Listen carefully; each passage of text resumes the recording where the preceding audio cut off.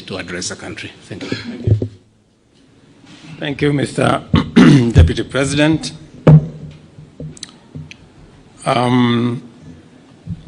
Your Excellencies, Mr. Vice President, former Prime Minister, former Vice President, the two speakers of our National Assembly and Senate, leaders of majority, fellow leaders present here. Welcome to this occasion. The National Dialogue Committee, established last year, resulted from the closing of ranks across the political divide to forge consensus on a number of priority national issues, including the reconstitution of the IEBC. Today's assent of the IEBC Amendment Bill therefore marks a significant step in the actualization of one of the recommendations of NADCO and testifies to our country's ability to navigate difficult, complex, and sometimes divisive issues that could undermine our national cohesion, undermine our stability and security if we leave it unattended. The signing of this bill paves way for the establishment of the selection panel for the appointment of IEBC commissioners.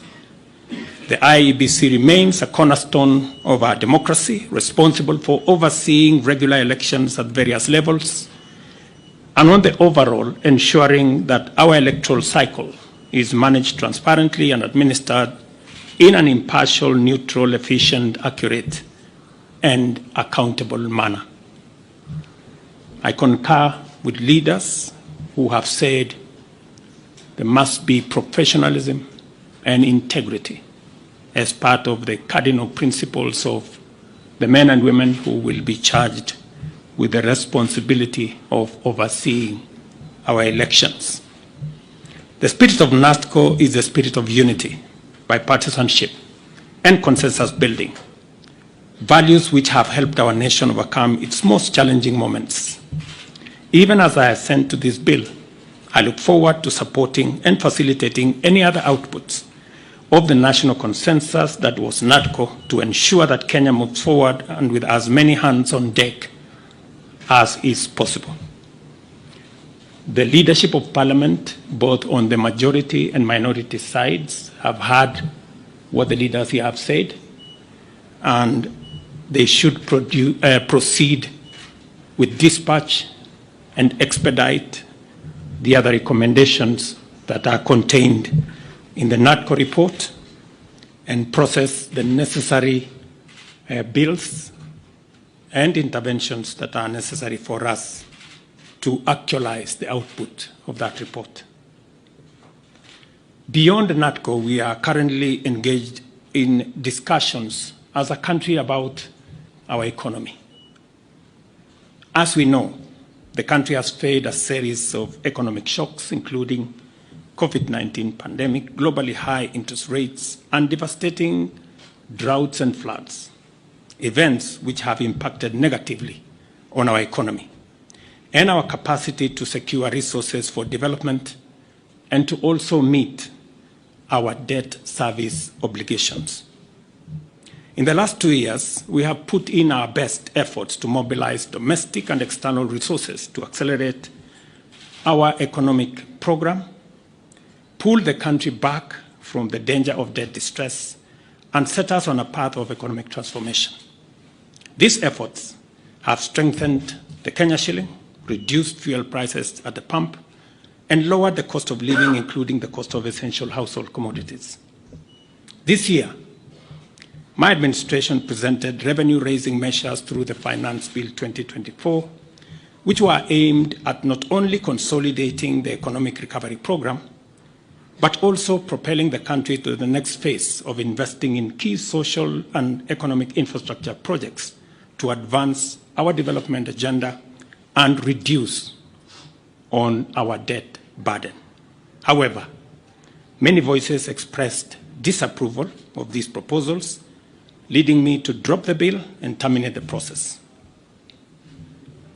It therefore means that apart from the people of Kenya asking us to consider alternative means of raising revenue, which I agree with, there is general consensus that the country requires to confront and address long-standing priority national issues, including national debt, public expenditure, and anti-corruption measures, so as to release resources for creating opportunities, creating jobs, and creating wealth.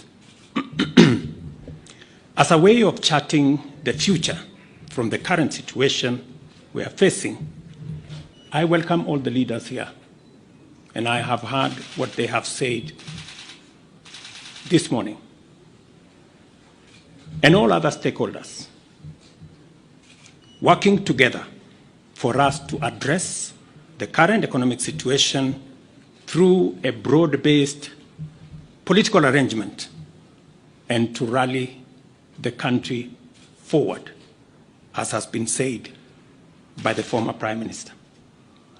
And therefore, we have yet another opportunity as a country, Kenya being the resilient people we always are, to come together and figure out the future of our country in a manner that makes sure that we address the existential challenges and threats that face our nation. And that's the reason why I set up a committee to work and audit our debt, for us to interrogate our expenditure, and for us to work on anti-corruption. I want to encourage Parliament to expedite the conflict of interest bill that will support our anti-corruption measures, especially in relation to public officers. And I am hopeful that these are some of the conversations that we will be engaged in going forward.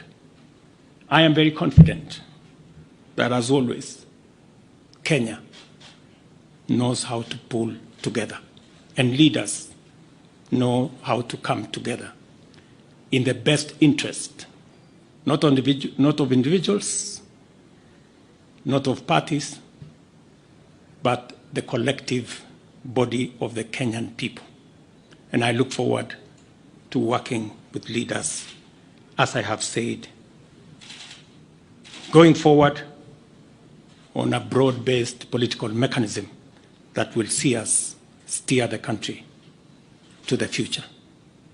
Thank you very much to all the leaders here. Asanteni sana to the people of Kenya. Wish you well, and God bless our great country. Asante.